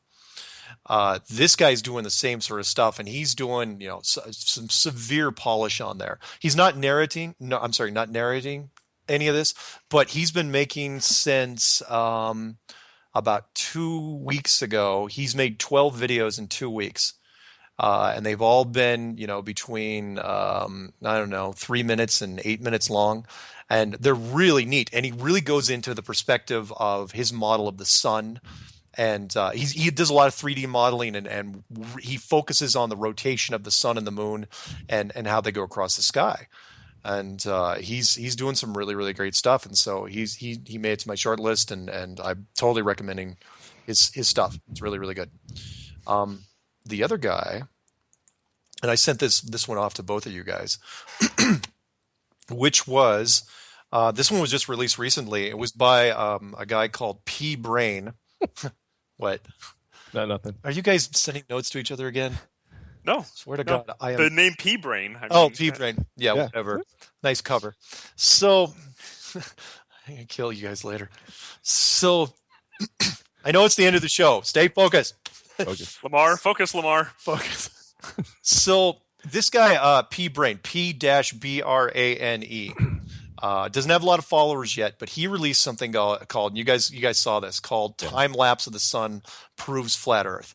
It's about 18 minutes long. And I initially saw it, I was going, oh, great, another time lapse thing of the sun going across the sky. It didn't seem that interesting. But he talked about from a new angle, which was how the sun comes and how it enters and leaves the horizon. and what should happen. And he wasn't using a computer model to do it. He was actually using time-lapse photography. Just stuff that he grabbed off the internet. And it was really astonishing to see because, and Jonathan, you commented on this, where you noticed right away where if the sun was 92 million miles away, it should illuminate almost everything at the same time when it drops below the horizon. You would think, right? Yeah. It wouldn't just drop off like that and then turn like it shows in the video. Yeah. Unless it was close up to the edge. Unless it was way closer to where what he's showing is. And again, the debunkers, they can go after it. But look, a picture is worth 1,000 words. And you're going to have to argue against this stuff. And that's why the debunking is so problematic, because every time a video like this comes out, it's a whole new angle you're going to have to try to focus on. And unless your explanation is as elegant as the original one, if you know how debating works, you're going to have a tough time. And in this one, it was really, really good, where when the sun drops below the horizon in real life, it shrinks. It turns into a perspective issue where the sun gets smaller. It doesn't illuminate the entire horizon like it does in some movies, which was interesting. He opened, I think, with a movie animation where it kind of did that weird, cool flash glow. It reminded me of Pirates of the Caribbean, where they were waiting for the sun to set, that green sun, that flare, where the whole horizon kind of blinked at the same time. And that's what he did there. It was, and I think it was supposed to be from the ISS too. That animation. Yeah, exactly. That animation was supposed to be from the ISS. So then you're thinking, okay, if the ISS footage is showing what we think it should be at 92 million miles away, then why aren't we seeing that down at ground level? Why are we seeing just the sunlight shrink like a car headlight fading into the distance? Well, I was thinking of another thing. I was thinking of like when you see light pollution in the distance, like when I look at New York City across the bay. Yeah. It lights up the whole sky with a glow. Yeah. Even if it's beyond your line of sight or if there's a mountain in the way or anything, if you have mountains and then you see that light coming from beyond it. But the sun, like you said, doesn't seem to do that when it hits the horizon, and yet it's so far away and it emanates so much light. Yeah. Yeah. So why isn't it creating this big glow? Yeah, exactly. It just falls off the edge. People, you don't understand. 92 million miles away is a huge, immense distance, if that is real. Which means the sun rays are hitting us at a fairly uniform pace, and the sun and rising and setting shouldn't be making as wide sweeping dynamic moves as we are seeing. In fact, there was that one thing where he was showing like a shadow. Of it, where it was kind of pulling up over the sky like an envelope. Yeah, and that was cool. And he goes, that can't happen in a if it's 92 million miles away, it can't. And he did a neat little graphic thing where he showed he put in some fake contrails. Not chemtrails, contrails, fake contrails, and he showed how the sun followed what actual contrails do. And he's going, it's like what you're telling me, those contrails, those are only 30,000 feet up, but the sun is following that path. But that one clip, and that screen where everything goes black on the horizon of the Earth. Yeah. And it made me think of a recent photo shoot I did. I had the umbrella, it was a smaller umbrella for any photographers out there, 28-inch silver umbrella, had it too close to the model in the pool, and exactly the same thing when I was testing my strobe, it fell off on the edge of her face. It created a distinct edge. Yeah. Not just the shutter closing at 160 shutter speed, but when I backed it up about 3 feet, then I was illuminating the whole entire pool. And it made me think of the same thing with this sun thing. It was so, when he put that in the video, he made it so clear. I'm thinking, man, how the hell did we all miss this for so long? Yeah. And this, the difference here is, and I don't put stuff on my short list unless I really, really like it. I mean, I'll like a lot of videos. I'll like even videos of people that hate me. But the short list, I mean, everybody, you read the comments on this and everybody's saying the same thing. Nailed it, crushed it, great work. Everybody looks at this and because he clarified something that we had missed. And that was, look, he answered, he seemed to anyway, answer something with the sun that nobody had seen up until now. He goes, look, the sun is doing something really, really different that nobody's really touched on. And I think I found it. And he laid it out in a really, really, in fact, has he done any other videos on this? Let me look real fast. Well, and the other thing he did a really good job of was I think it's the 24-hour sun, I believe, where he did the time lapsed, and then next to it he put the flat Earth and the rotation of the sun, and showed how it would actually work. It was a little more complicated than some of the other things he had done, but it showed a very, very true picture of how and why the sun interacts the way it does during the 24-hour North Pole sun, which was really good. Oh, yeah. You're right. He talked that Alaska town that he was saying that, look, that Alaska town is not dead on, and it still works with the model I'm using. And look, I was convinced. I'm staring at this and going, and you're thinking, well, he just took a wild stab at it. I'm looking at his previous videos. He's only made 8 YouTube videos. And what's really cool is he started this. You could tell this was on his mind even before this thing really started digging in. He was doing this 9 months ago, where he did his second video was called Analysis of Bill Nye's The Planetary Society, and he was questioning the rotation of the Earth. And then 3 months ago, when this thing started taking off, he said, is the sun very close and very small? You could tell he's done versions of this.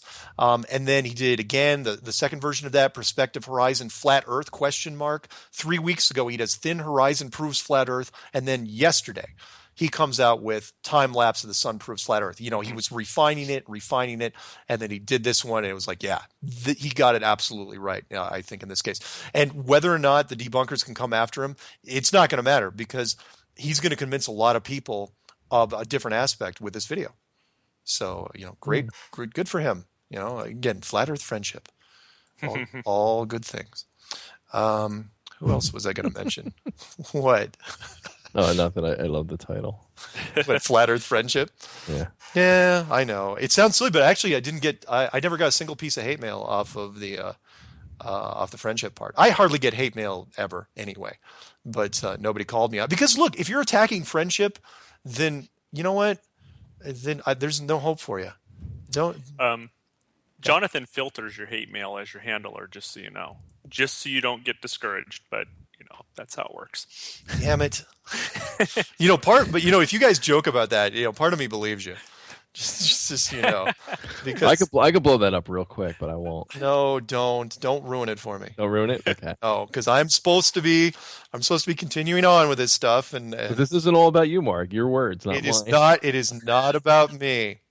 It is not about me. No, look, this movement is not about me. Look, I'm glad I gave it structure. I am flattered that people are calling me up for interviews.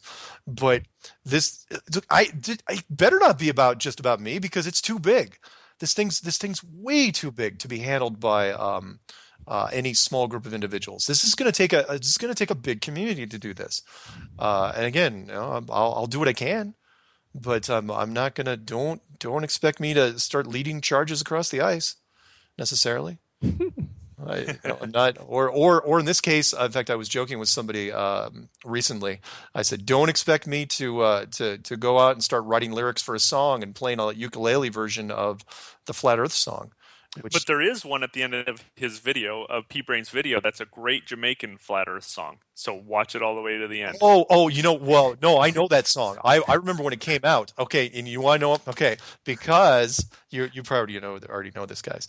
The guy that did the Jamaican song, the Earth is flat, it's an illusion. And I know I butchered it, but don't make fun.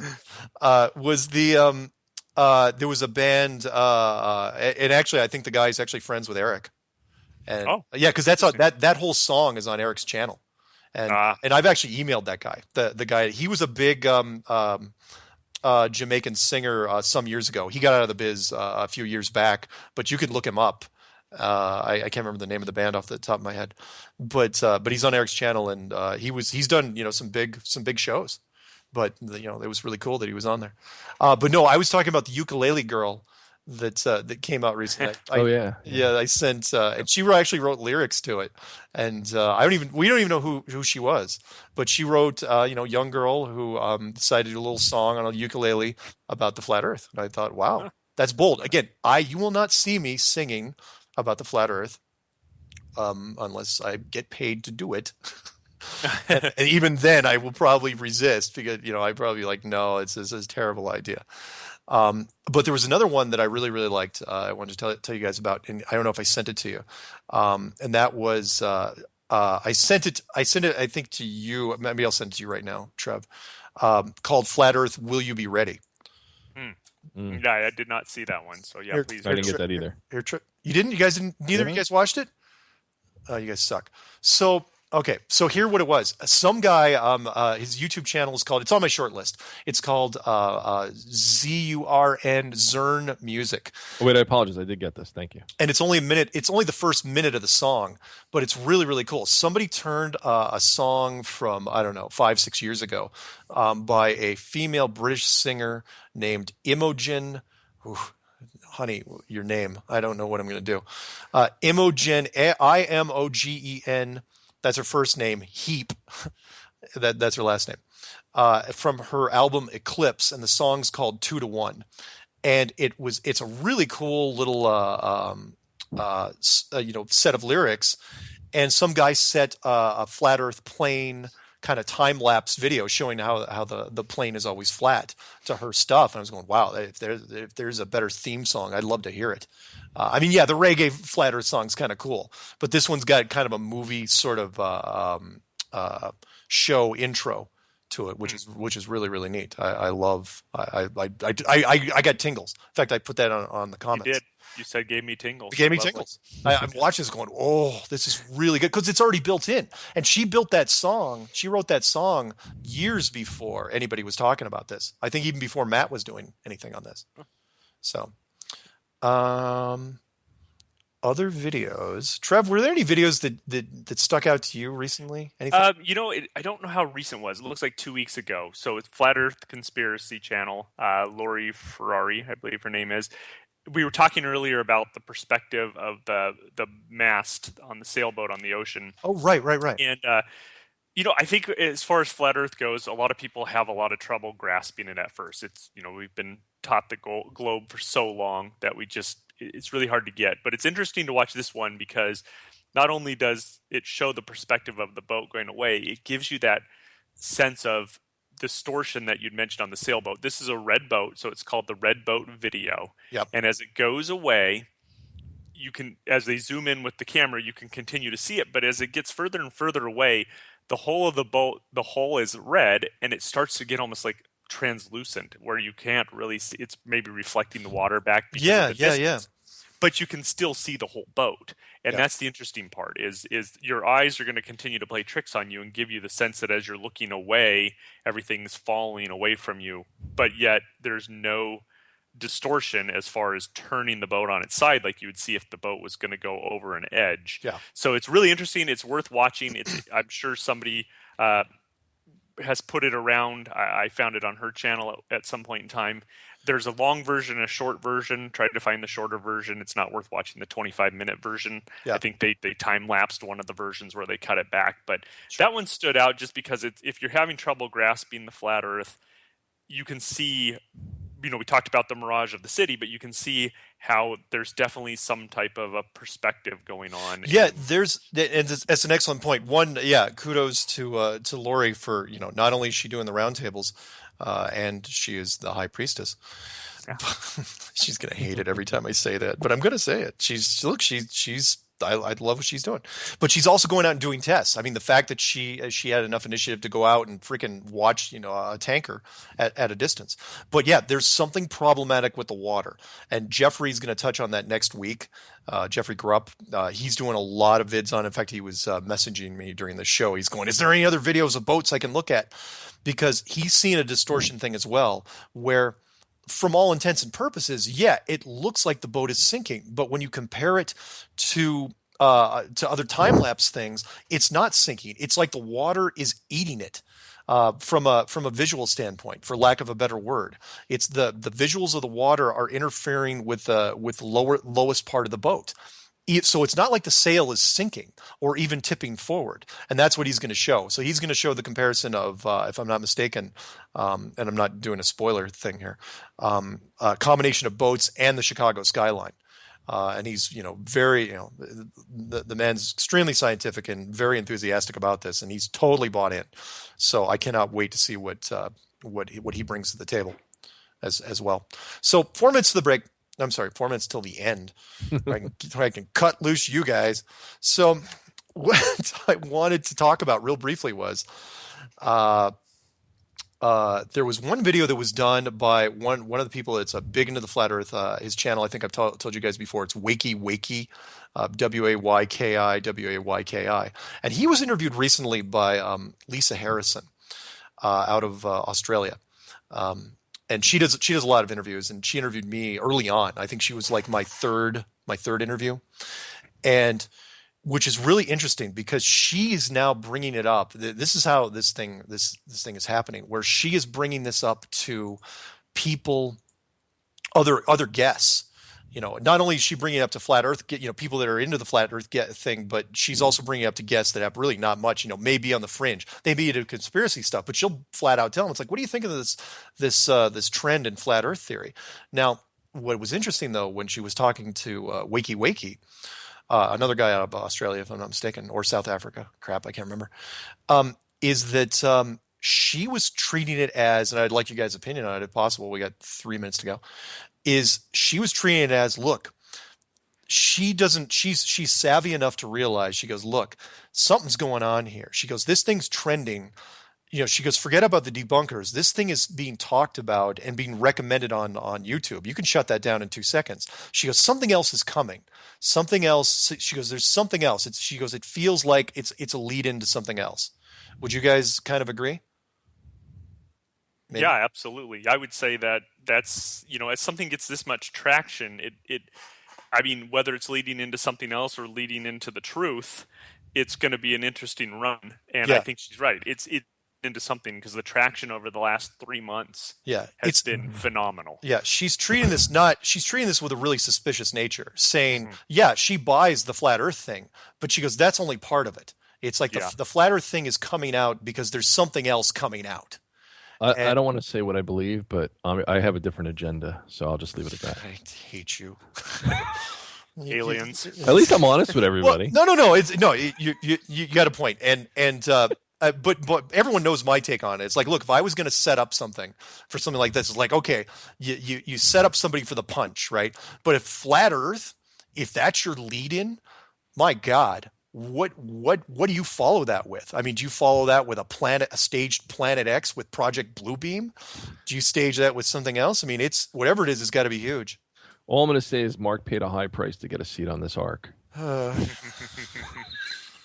See, go ahead. It's these things like this that just how can people take me that seriously? If I do, no, but I am absolutely serious. I was watching her interview and I was fascinated because I could see her tone had changed in the last few months. And that is, first it was fascination, and she's gotten to the point, she's dealt with this longer than most now, where she's gotten past the fascination and is it real or is it not real, to the point where, okay, it's real, but what does it mean? Why is this thing? Because there's no way, believe what you want out there, but the authority in question isn't going to let something like this get traction as easily as it has gotten traction without an ulterior motive. So the question is why? And people, and don't think too simple. It's like, because we want to make conspiracy people look crazy. No, you don't need the flat Earth to do that. That was done a long time ago. This is something else. I'm just trying to piece together exactly what. And that term, conspiracy theorist, wasn't that coined during the JFK assassination by the FBI or the CIA? Oh, could be. Yeah, could be. All right, we're just about out of here. So thank you guys very much for helping me out with the tests. And next week we got Jeffrey Grupp on. And I had a lot of fun. And hopefully you guys will do your homework out there and do some tests on your own. Do your research, ask questions, and of course, treat others better than you treat yourself. See you guys.